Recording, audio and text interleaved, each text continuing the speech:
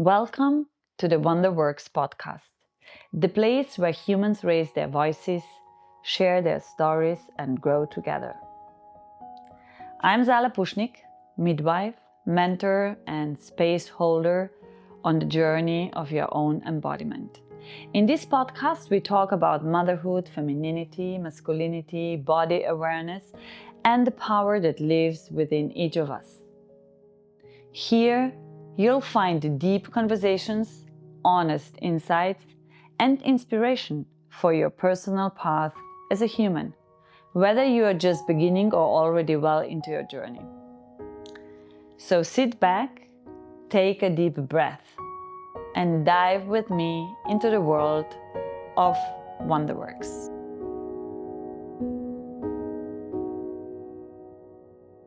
It's so nice to be back here with you, Zala. Yeah, I'm happy to.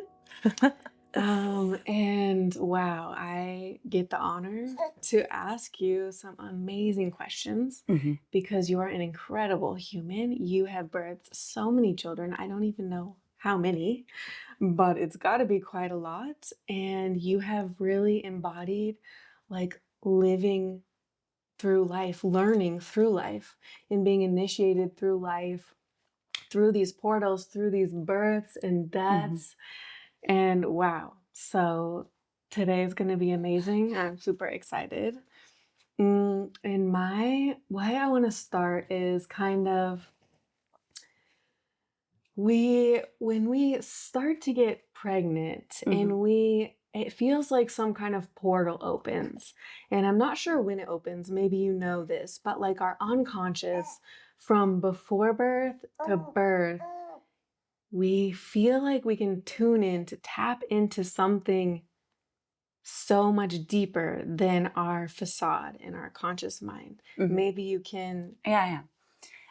This is like happening in the first trimester. So when we have like this huge hormonal change, and we have like also a change in the brain, because what nature wants us to be, the nature wants us to be embodied, that we are not in the head, because the birth itself, it's not a brain experience, it's not a logical experience at all. It's a fully embodied experience. And the brain change we have, like, we go through, like in the first trimester and the first 12 weeks of pregnancy, we have the same structure or the same pattern in our brain when we are in puberty and when we start like entering the perimenopause. And when the brain is somehow under construction, how would we probably describe it? Like in the logical, technical world, we have much deeper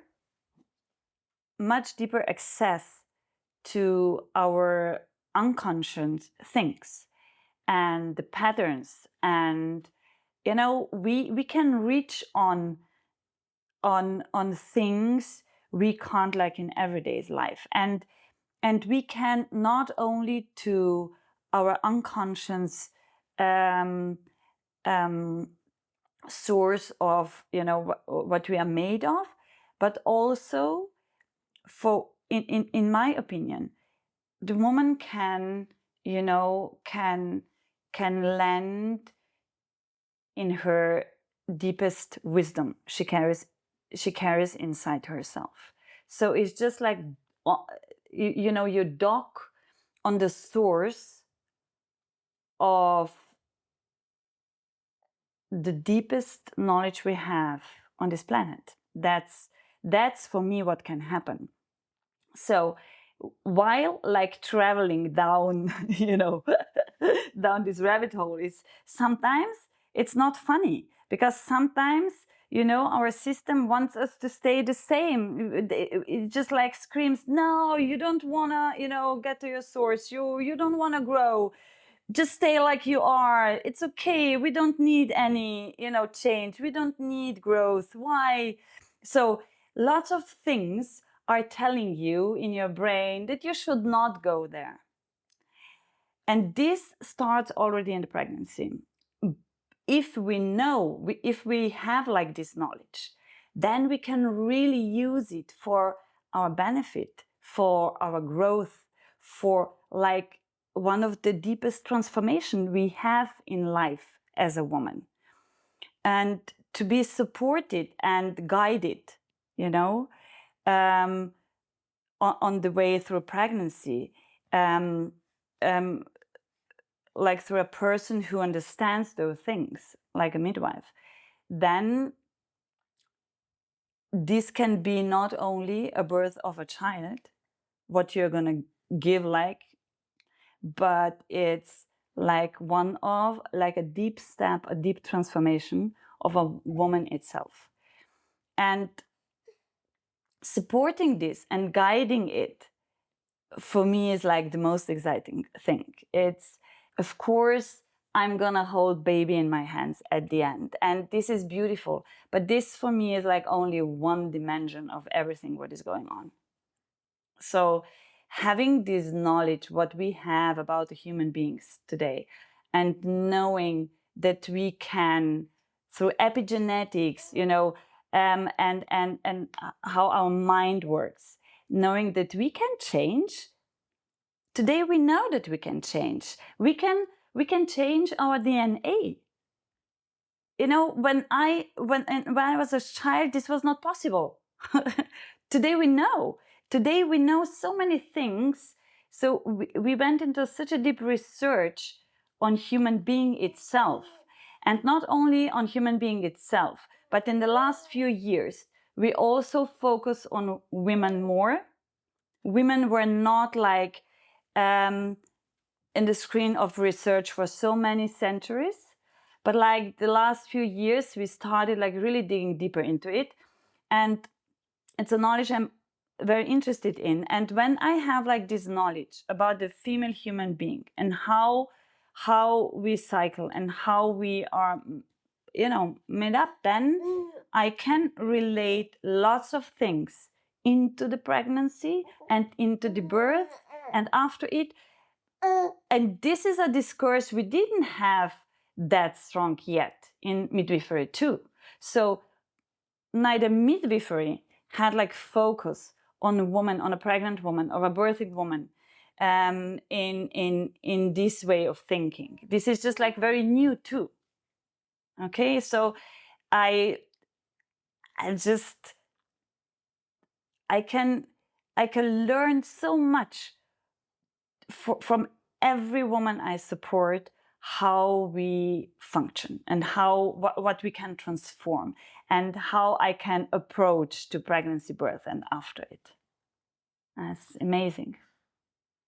That's incredible. And so it sounds like it's kind of like a rite of passage, but it's Yeah. not only for the child, No, it's for the no, mom. yeah, And then it's also like thinking we are going through these rite of passages, these yeah, all the time in Yeah. life, Yeah. men and women. And Yeah. then I think currently on Earth, Yeah. we're going through something like this. Could you Pachamama. say that? So I would say what we can.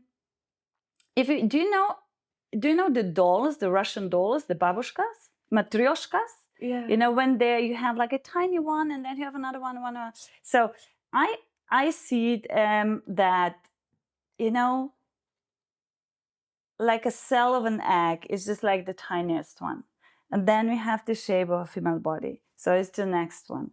And everything itself is a cosmos in itself, you know? It's just like the life of the egg and like existence in the womb space. Then a woman embodying like the womb space and the source of everything, like the creation, a source of life. And a woman itself connected to the moon and to the cycle of the moon. It's like universe itself. Then we have this universe and this cyclic woman in the universe of the union with a partner. So then we have like this cosmos. This is like the next Matryoshka. And then we live in a certain city, in a certain country. So we are surrounded by things, by people, and they influence us by knowledge. It depends where you live on this planet, what kind of knowledge is projected to you. And this makes something out of the cosmos you are. And then we have like the country, then we have the continent, and everything, it's like grounded on the most beautiful, the most, the source of everything with is like the planet Earth. I call Pachamama because I see her as my like origin mother, because without her, nobody would live on this planet. And as I see that we are in transition itself, if you see, I looked at the children nowadays, and when I go back 20 years back, their consciousness 20 years ago definitely was not on that high level as it is today. When I look at those babies born today, then I'm in awe sometimes, because I just not only sometimes, I stay in front of them and I think, wow, you're just amazing. I can connect to this consciousness of the baby, and sometimes I see that the parents, they have no idea who just landed in their family, and how deep their knowledge is, how they're gonna teach them to face themselves and to grow. They still don't know. But today the babies, they are very in a very high consciousness. And I think that these like raises like the general consciousness on the planet.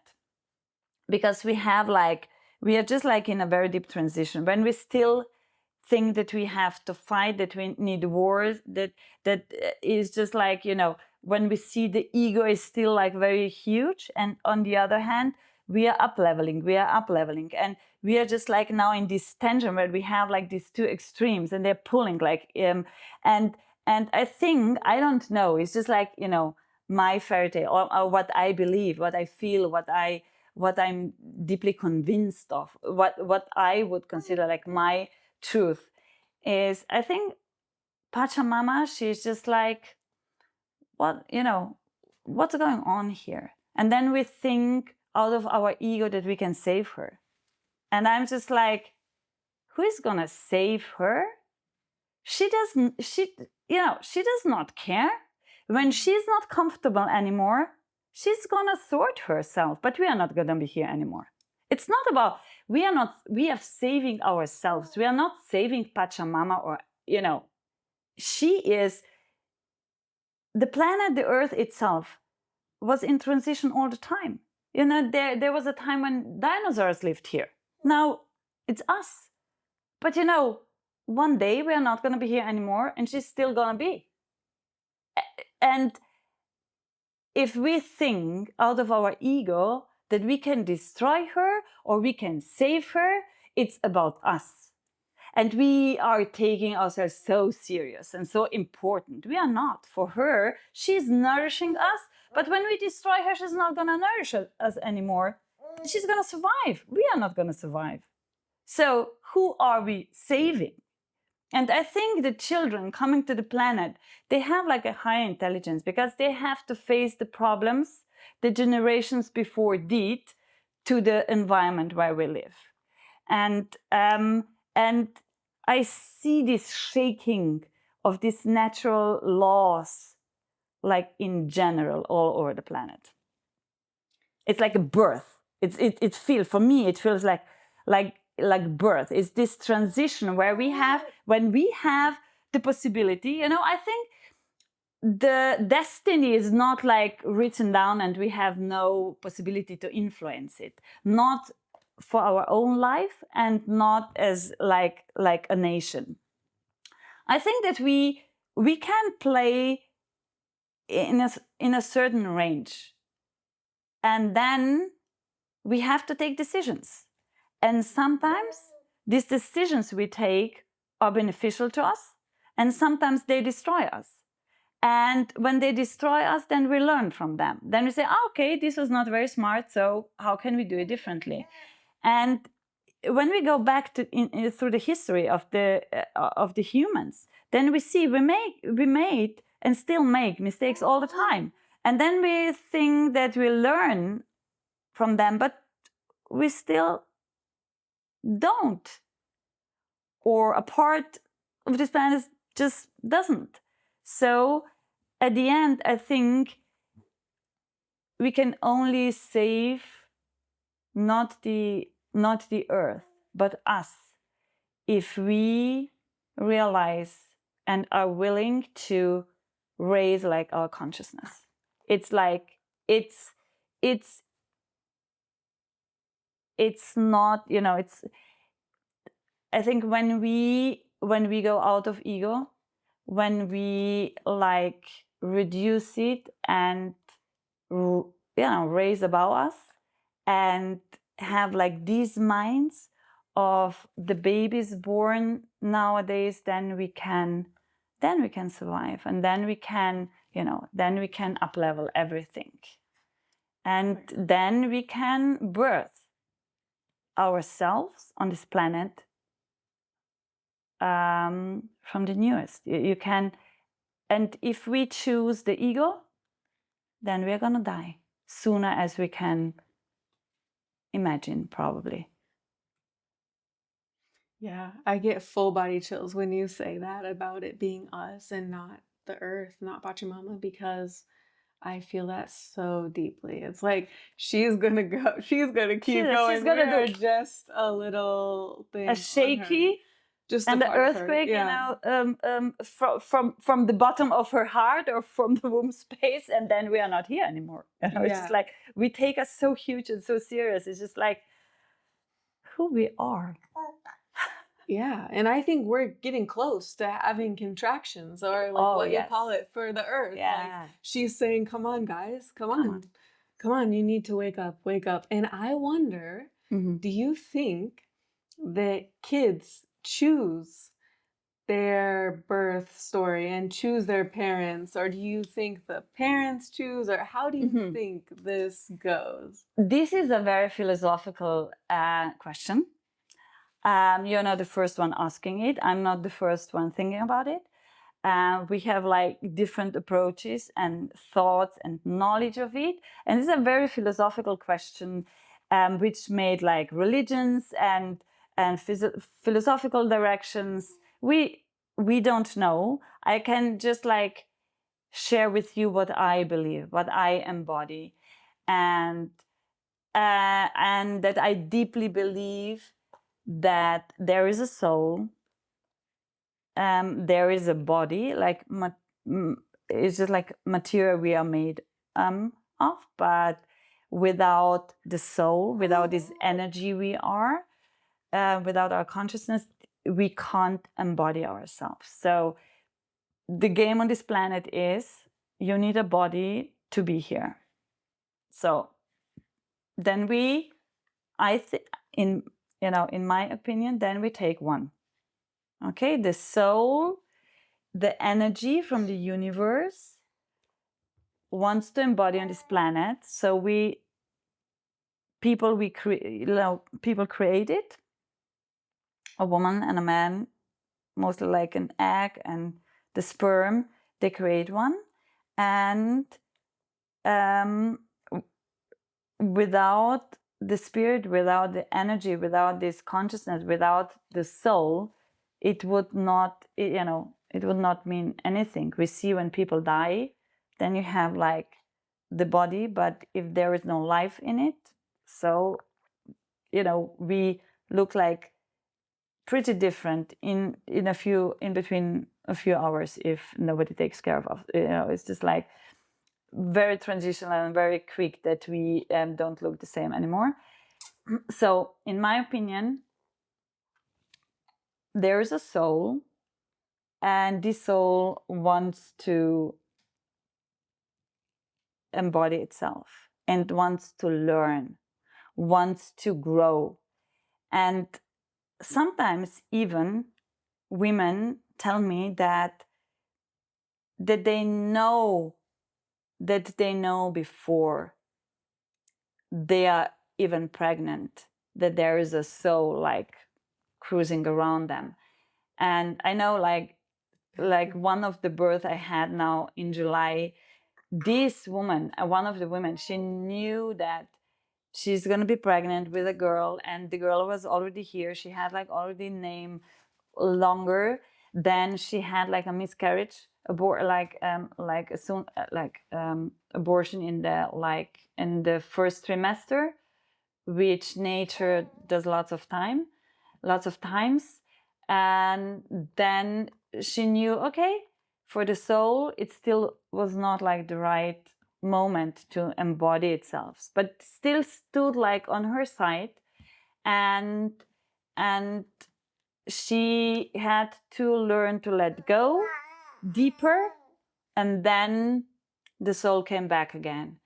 And when the baby was born like 1 week ago, I was just like, wow, you learned, you gave your mother and your father like lectures only life can give. So this soul, this first not embodied soul and now embodied soul, like taught them so many things about life. And I think that then we enter this portal and then we embody ourselves. And sometimes, because I, like, the same time this week, I had one woman when the baby was just not able to live on this planet because it had like really lots of issues on body level. So it was not possible that the heart of the baby or could like survive on this planet. So the baby died and was born. And then I realized, okay, but if we put like only one dimension on it or one perspective, they would say, oh, it's, how can nature do this? How can this happen? It's so sad and it's so devastating. It is sad, it hurts, but the lecture or the possibility of growing for this woman and for these parents, it's just like amazing. It's just like, holy shit. And then I think, we think that only if the soul is embodied or if the body can live on a planet, this is like a good take, we judge it, what is good, what is not good, but we have no idea. I can just say, I see that any birth, any baby which is not born, or any baby which is born and dies, has like a deep meaning and purpose for this family. And that we can always then decide if we are going to be like the victim of the situation, or if we are going to be like caught in the victimhood, how unfair life is to us, and how life happens to us. And we can have like the different perspective to say, oh, wow, interesting. Didn't think it's going to be like that. What can I learn out of it? What's the growing in it? What can be the growing in it? And what is this soul like wanting to realize? What is the soul just teaching me? And I can see it in a way that the life is not happening to me but for me. And what do I make out of it? It's always the decision we take inside ourselves. And this we can do on a micro level, like every day in our private life, in behalf of pregnancy and birth, and after it, it's just like a wider philosophical approach too. So at the end, nobody knows, but we have like feeling, we have like intuition and somehow a knowledge inside ourselves. And for me, I can say that I had this knowledge or this connection to myself as already as a child. And at that time, there was the concept of God I had somehow. Today, I would say for me, it's like the creatrix or the high intelligence I strongly believe in. And I believe that we have a playground in life we can play on. I believe that we choose our parents. I believe that we still have that there is not one destiny. So we are on this playground and life comes along and very often shows us not only one, but 2 or 3 possibilities what we can choose. And on behalf of our consciousness, we choose sometimes wisely for, sometimes we make like beneficial choices, sometimes we don't. And when we don't, then we are not a victim of everything. Then it was just like the choice we took. And when we see that this choice was not beneficial for us, then we can choose different. Then we are going to have like in the next step, the next possibility, how we choose. But we do it. Nobody does it to us, for us. And of course, we are caught in the environment, in the society, in the families, in the in living relationships. But at the end, it's always our choice. Totally. Good or bad, who's to say? Yeah, we get to choose what it is. And I think that's like what we were saying before. It's about our consciousness shifting through birth, through evolution, through birthing, through becoming something else. Yeah. It's like we have to let go of this is bad, this is good. It's like, Yes. What is it? What is it really? Yeah.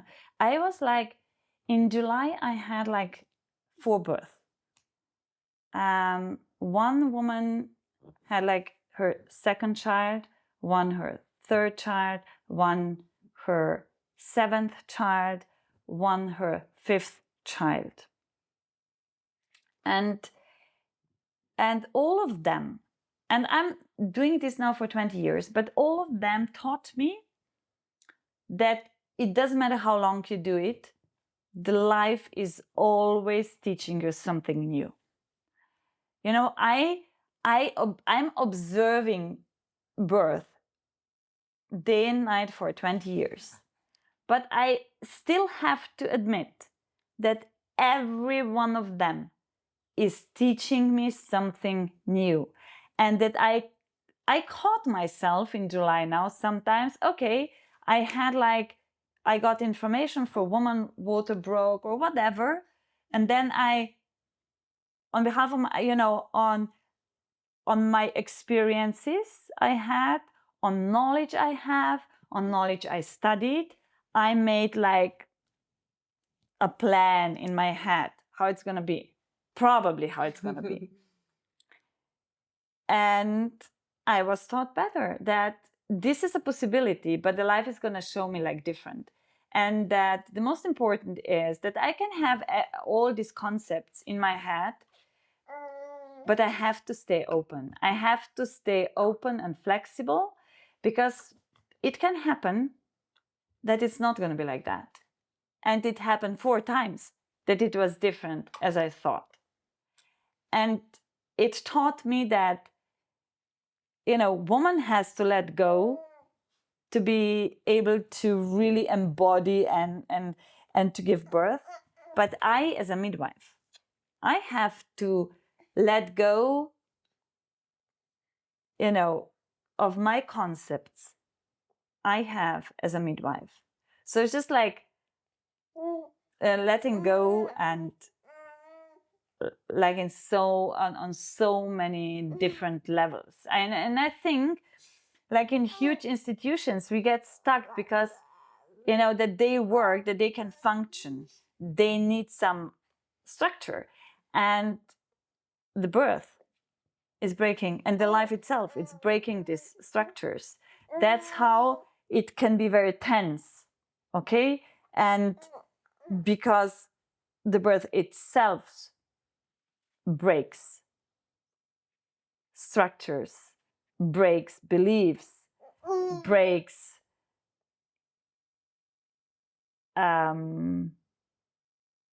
breaks so many concepts we build up in our minds or in our life. And yeah, there's nothing to add to it. Yeah, it's a total new place, and we don't even know where we're going through this portal of birth that we're going through on Earth. We have no idea. We just can plan and let go and surrender. Yes, and when I support birth, then as I've told you before, then birth is like deeply body experience. It's not a brain fuck. It's just like a deep body experience of everything what we feel. And the more, it was just like the theme which came like was like in my mind by observing these few births in July. Why? So birth is a full embodiment. When we are fully embodied, we feel very strong. We feel very deep. And all these feelings sometimes are uncomfortable. And when we want to avoid it, then we go away, because so many people are living on this planet or living in their bodies on this planet but are not embodied. Okay, so I am very good in it, like bringing people back into the body. Because I see it, I see what the body is doing. I see if you are in or if you are just like faking it, not in conscious level. It's not about judging anyone for it, but it's just like fact. It's just like fact I observe. And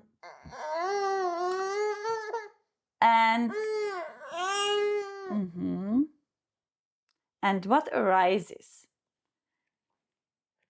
during the birth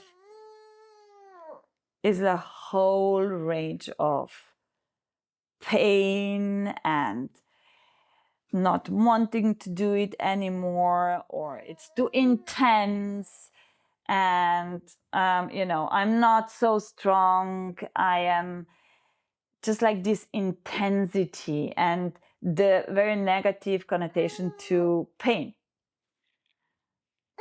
But the fact is, pain is the portal to the next level in any way, not only on the birth, like in general. We need it, because through it, when we let go it, then the pain disappears. But as long as we like fight it, it's gonna be stronger, more intense, and strong and strong and strong. But it's just like, this pain is breaking our ego. And once we just like give in and don't fight it anymore, and again, this is not happening on a very conscious level. I can just say, I see it. And because this is like this deep letting go from everyone on almost everything, this is a bit more tense in the institutions, in the hospitals, because you have to know, that they can exist. They need some regulations. They need a structure, otherwise it would be chaos. But the birth itself is not a structure. It's breaking them. So you have a system that should function, that is not anarchy. You have human beings working there, so many different human beings. You have so many, in behalf of birth, so many women and their partners coming into the institution. So you have like an amount of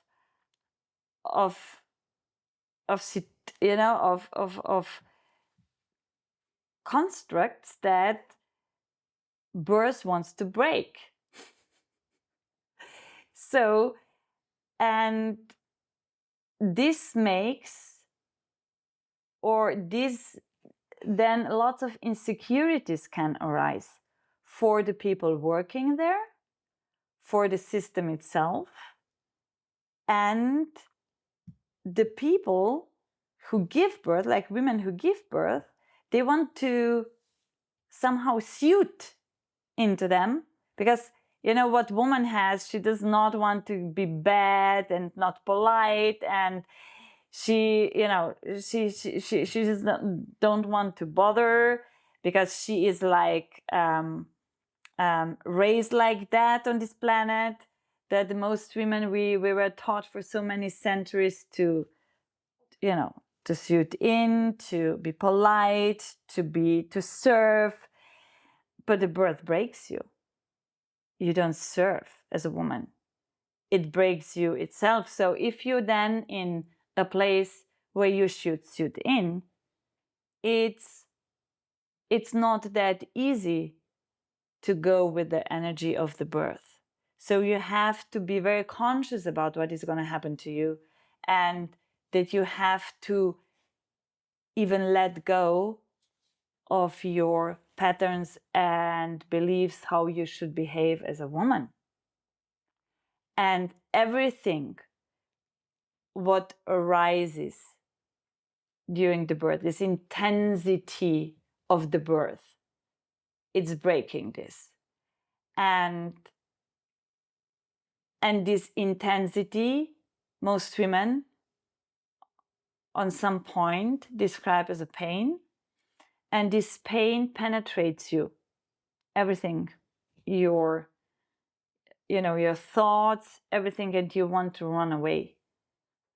And then you go out of your body. But you can only give birth if you stay embodied. So what I see when I observe women, then I know, okay, when do they want to leave? I hear the sentences they tell me, all the neggies that that comes along and wants to bring her out of her body. Just you don't want to feel, you don't want to suffer, you don't want to have it like that intense. You are, what a victim you are, and this fucking birth is just like destroying you, and this is a force you never imagined before. Of course it is. It's the strongest force we can imagine, and we can't imagine it before.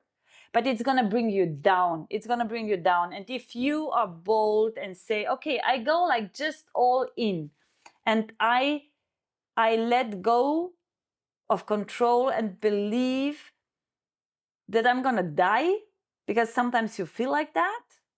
And I know so many before me didn't. So that's what I know. So I just go all in, and when I want to feel it, and it doesn't matter what my brain is talking to me, what people from outside are talking to me, I just ignore it, and I stay connected to myself, and I don't abandon myself at the end.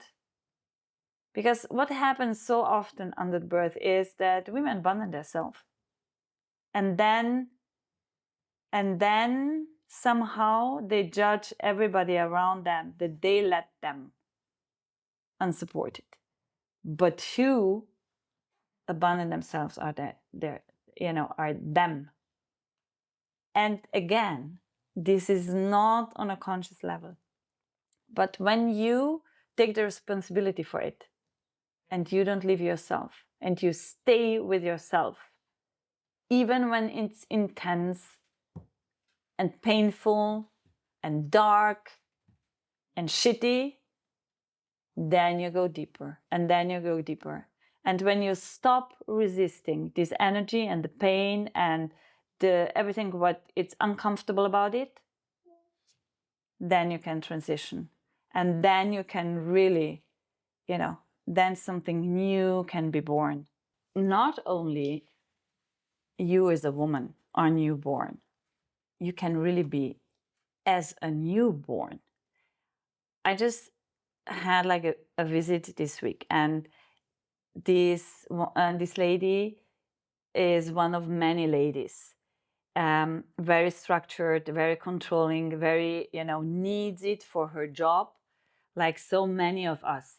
And sometimes, everything what we build up and the structure we have is just like helping us to hold on something, that we have some idea how to approach life and how to control it somehow, that not everything is so unpredictable.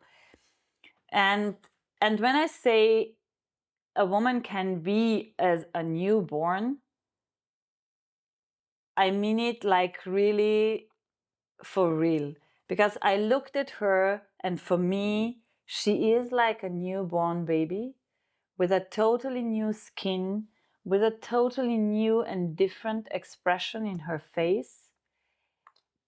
And while she lied so in front of me and full of emotions she just don't even know. And then she told me, Zala, when I'm gonna be, the same again. When I look into the mirror, I think that, it's just not me. It's just like someone different. And how long does it last to go back to it again? And then I say,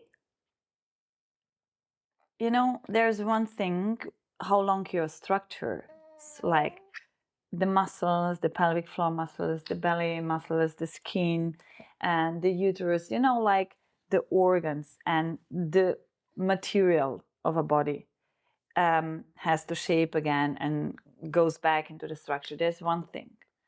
But the other thing, what she's looking for, that she's going to be the old one again. I told her, you're never going to be the old one again. You are a newborn. And then she started crying and got very emotional. Because, of course, as a newborn, your nervous system is like learning from the beginning. So you program yourself again. And her skin is like very thin. She has a skin, a structure as a newborn. And it can be shaped in a totally new way. And then I've told her, what you're looking for is gone. And you're so beautiful as you are. But Zala, I feel so many things. I'm not used to it. I cry. I do this. I do that. And it's like, yeah, but this makes you beautiful. This really makes you embodied. This really makes you alive. And as a baby, you have to learn life from a new possibility, from a new perspective, from new you. And there are things you really have to learn as a baby because you're still not used to you in this way. And I think this is just like the most beautiful what can happen. She's devastating now a little bit, but if I help her to understand it, what just happened in her life, and how beautiful this is what happened, and how beautiful she is in this new her, Emma, there's no more magic that can happen. Yeah. I think we're really trying to uncover who we truly are, but we we never left. And I love the book Existential Kink.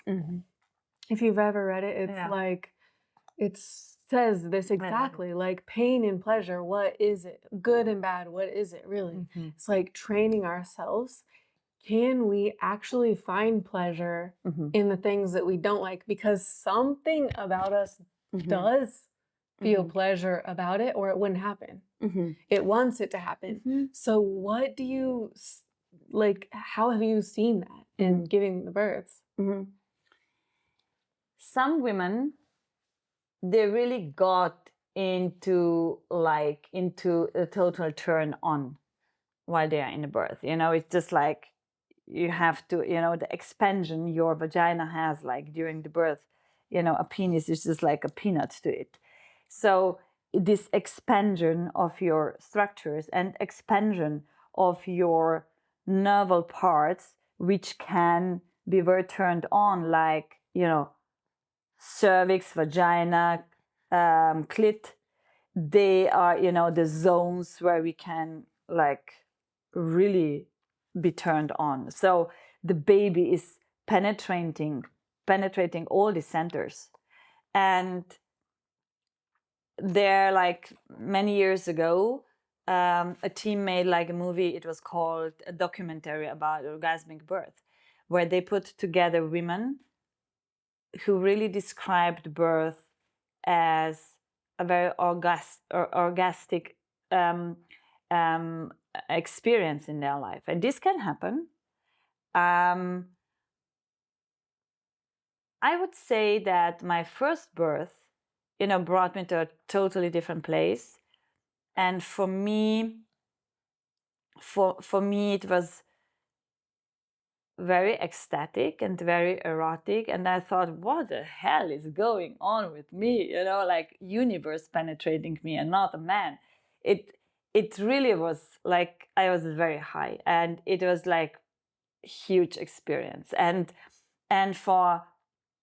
sometimes even, you know, we have like, this is just like a totally different topic now, but it suits, because when I self pleasure myself, we always reach on the images and the pictures we seen somewhere, or we had experienced with a person when in the intimacy. And for me, lots of times it was just like thinking of the expansion of myself when I was self-pleasuring of this birth, you know, because I thought like a gate opened, and I was just like, what is going on? So sometimes I can get these feelings and these images back, what happened under the birth, and to get really turned on. And I think this is this existential kink, or to see good or turn on in situations when we don't feel like that, can become like an art of life, not only for the birth, but if we start like living this kink like to the fullest, to the deepest, then you can get turned on in all the pain, in all the uncomfortable, in everything what arises along the way, which we would not consider good or pleasurable or comfortable. And I think this is art of life, and this is how we can approach life. And once we reach like this kind of consciousness, that it doesn't matter, anything what arises, we can turn it on.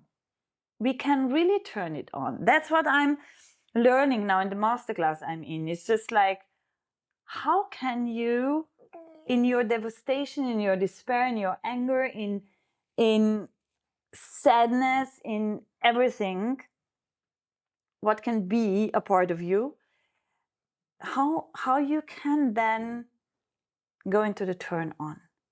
And this is possible. It's the muscle we can grow. you know, in doing it, in repeating it all over the time, and seeing it in the micro and macro situations in life, you can build this muscle. It was just so detrained in female bodies, and I think that some kind of philosophy, good and bad, and evidence-based, which is good, but it shrinks life. It shrinks life somehow, because there's only black and white, and we know how many shadows can be in between those two colors, and how much variety we can bring into life when we approach it like that. Where is it? Here.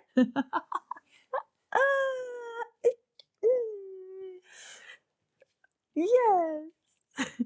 Because after the birth, it's not over. Everything starts a total new life. And after the birth, there are cracked nipples, there are full breasts, they are pain after pains in the uterus. There are sleepless nights, which can be challenging. They are crying babies.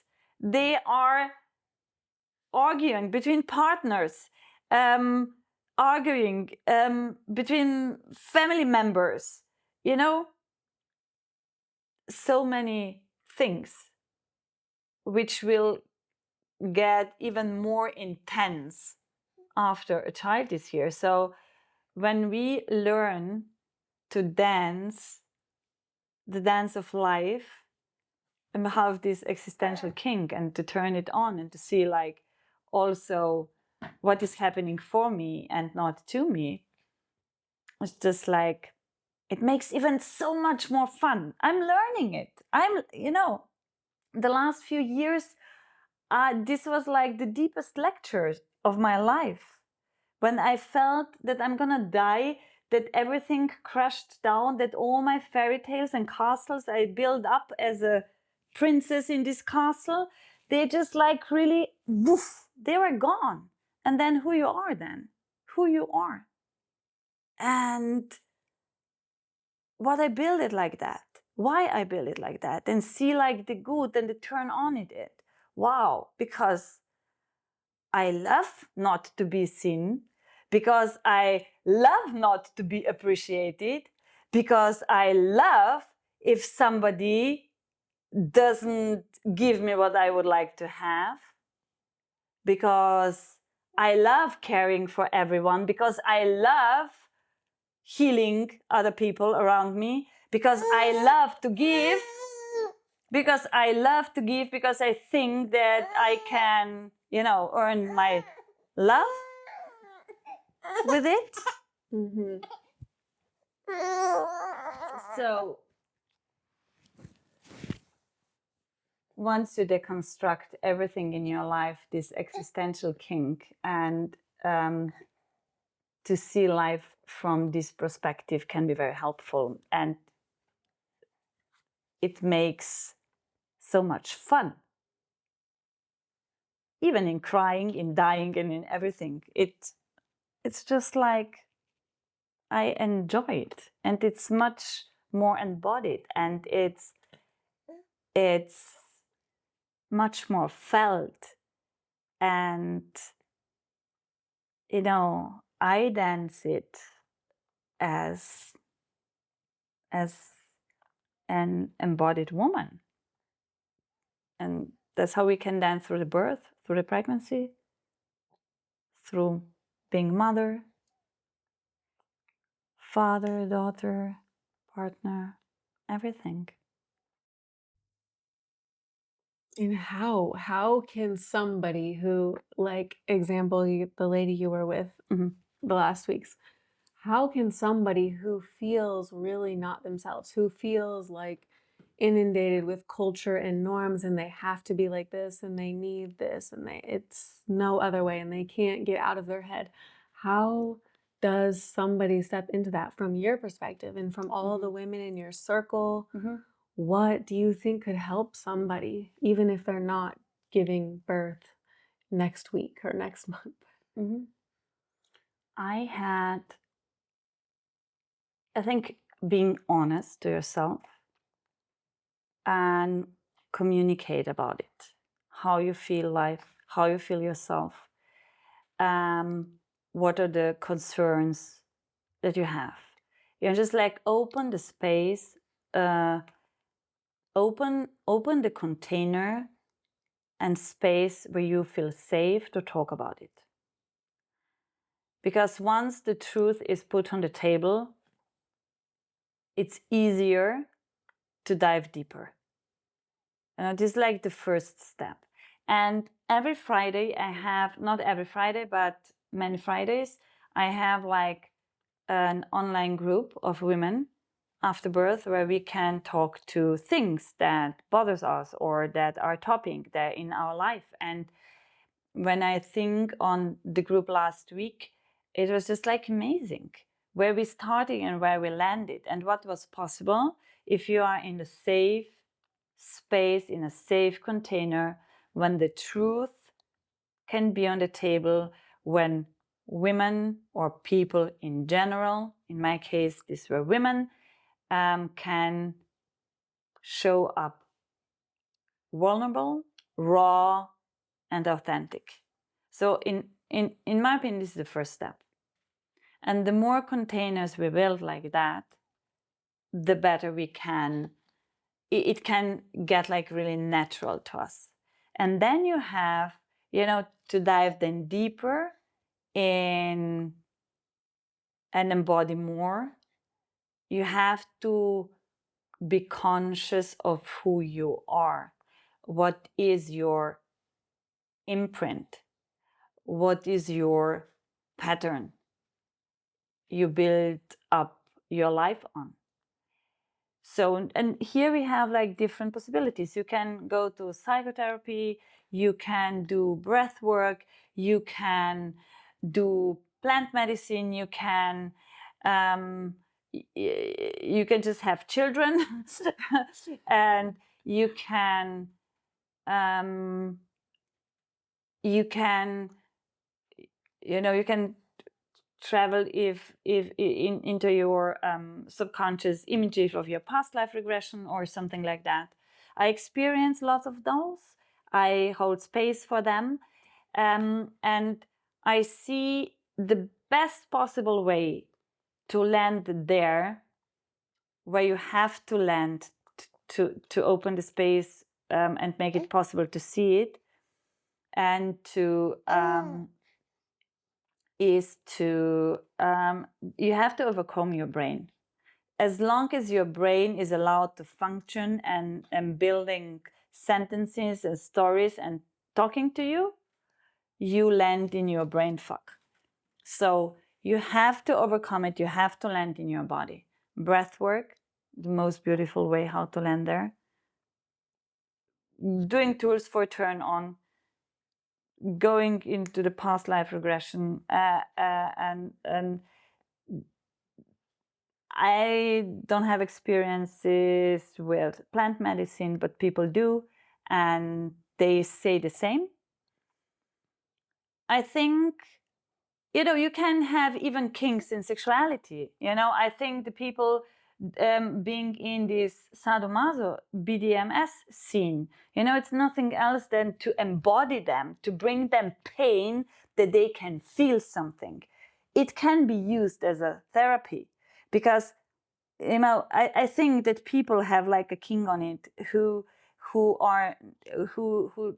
don't have like a direct access to their feelings. So this art, this kind of sexuality or sexual practice can bring them to feel something, But I think it doesn't matter in which container you are or what is your way. It's very sharp that the people holding those containers have to be very high conscious, They have to know that they are making like open surgery on people and that they can damage them or they can raise them up into the next level. And And this is, I think, the hardest part, that you have those containers, but you have to have good intuition to land with the right people. But I think the more you open inside, the more you are willing to face your, your mud and your everything, the higher your vibration is to whom you attract. So then you attract the people that can really bring you into healing, or seeing more, or bringing you into higher consciousness. But this is just like a totally different topic. But it's not a different topic. It's just like how I see it. And or sometimes it's just dancing to music and go into more grief, or go into more anger and put like music on where you can really scream, or you just go to the forest and you just scream and allow yourself to feel it, and not to get stuck, to feel it and to let it go through your body, and not to suppress it. That because you feel uncomfortable, because you don't know what the environment is gonna think about you, what partner is going to think about you, what mother is going to think about you, or whoever. Just don't suppress it, and find a way how you can transform it, because it's an energy. And if anger gets stuck, then people get people get ill. And we see that lots of middle-aged women, they got autoimmune diseases. Gabor Mate does like a lot of, he focused on it. And why do they do that? Because they were because what is autoimmune disease is just like that your body is attacking yourself, which is not really natural. So why do more women develop autoimmune disease? Is because they suppressed themselves, because they were suppressed by the church, by by governments for so many centuries. Patriarchal structures suppressed women. That's fact. They suppressed their emotions. And when I just think of Sigmund Freud, it is not that long ago that they removed like uterus from a woman because she felt so much and she got hysterical. The word hysteria is coming from hysterix, and hysterix is the Greek word for womb, for uterus. So they thought, okay, it's coming because of the womb, because of the uterus, so we remove it. Then we remove hysteria. But we don't, because it's just like our emotions, and we women, we are full of emotions. So I think the very, very tiny and easy way to start with anything would be aware of it, of yourself, when you suppress emotion or feeling, and stop doing it, and finding a way how to open it, how to let it go through your body. It's just the first step towards like a better health of a woman. And then finding places where you can go deeper and who can support you. I am sure that the last few years, or even before, but I was not conscious about it, let's say the last 10 years or 8 years, women came to me as a midwife, not in first line because they wanted me to put my hand on the perineum, but because they felt and feel that I can hold space for them, for their transformation and for everything what comes along. And not in first line because I'm a midwife. And how beautiful it is, this pregnancy and birth connected us then, can't be more beautiful. So beautiful. And I think that these taboos are really just to keep people, women, everyone, disempowered and misinformed. Yes. And it's like, just, I like to say, slaying your shame, like the stuff that you're not allowed to like, do, say, be.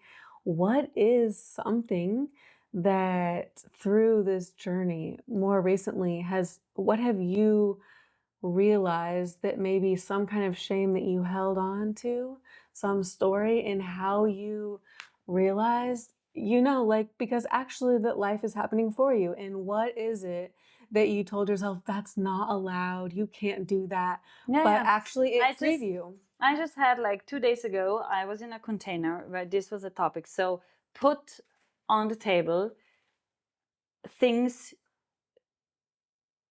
you are ashamed of or you never told to anyone and they are bothering you. And first I wrote down like 3 things because I mostly want to be very open with myself and honest to myself and with people around me. Then I thought, I don't know. Mostly I share everything, what's on my heart, on my lung, on my liver. and then I allowed myself to open deeper.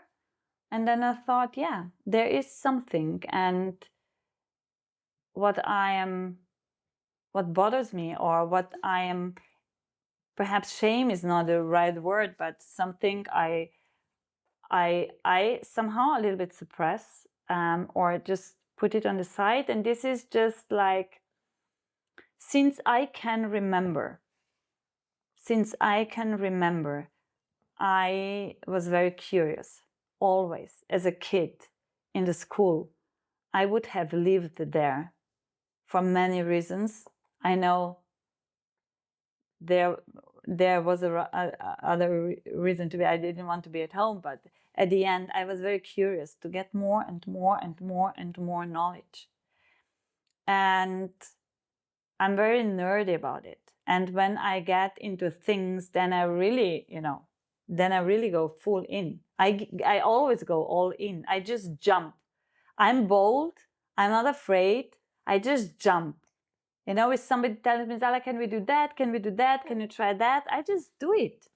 I feel called to something. I just try it out. I don't think about it. And because I'm then so full in and so nerdy, people around me who are not the same, they get triggered because they don't overcome their own fears, they don't overcome their own shames, they don't overcome their own laziness, they don't overcome their own I don't know what. And 1 month ago, no, it's not, like in February, we had like after 30 years or 35 years, we had like reunion of the schoolmates I had in Slovenia. And at the end, we were just like sitting outside or standing outside. And somehow they thought, how fucked it was? Zala was always the smartest. And if somebody got like the best note, we already knew it's probably you. And we were so jealous of you and blah, blah, blah. And I was just so standing there and I never learned. It's easy for me to learn, I never thought about it like that. I know I was good, but school, it was no effort for me. I just did it. I just got into it. And I didn't even realize how offended they were or how triggered they were by it. And I was used to get good notes. I still am. When I do a new course, I just want to know it. And having this like force of discovering new things and being bold. Or my mother tell me, Zala, you just went away when you were 15. Not everybody does that. You're just bold. And I was like, yeah, there's one thing that I escaped somehow. And on the other hand, yeah, I am. I just, I just go and I just do. And this sometimes makes me lonely. it makes me lonely because people somehow, sometimes, because I trigger, avoid me. When they don't, want to face their own shit, then there are two things. They avoid me, or they love me, or adore me. But there is rarely something in between. You know what I mean? It's just like, okay,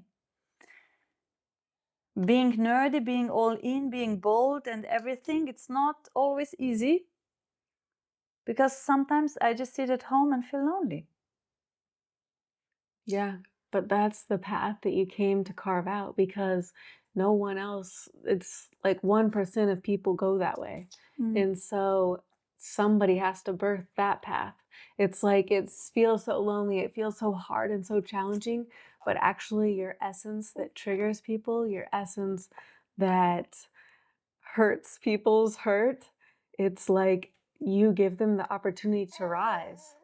Yes. And it's like magic, actually. And it's whether they can step into that magic and step into that part of themselves that they see you being, that they wish that they could embody themselves. And then they can do that. And so it's like you're starting a new way, and you're creating these groups for people, and it's like that's the new way, the new world. That's what we're birthing. Yes, but then when I sit here or in my flat with my loneliness, and sometimes like a bit of an ache or despair, and I think how, and then this brings me to connect with this high intelligence, that I feel, okay, I'm not alone. If I search for a king in this moment, then I know, there's antenna between me and the creatives, and it's not about what I think it is. It's just like having this connection. And perhaps this brings me like deeper to this connection to the creators or this higher intelligence. Yeah, it's not about the impermanence. It's like you're connected so beyond that, and everyone else is connected so to this, so it feels like that. That's so beautiful. Thank you. Thank you for having me. Yes, thank you. If you enjoy the podcast, subscribe to our YouTube channel and leave a review. In that way, you help me amplify my voice, but above all of our voices.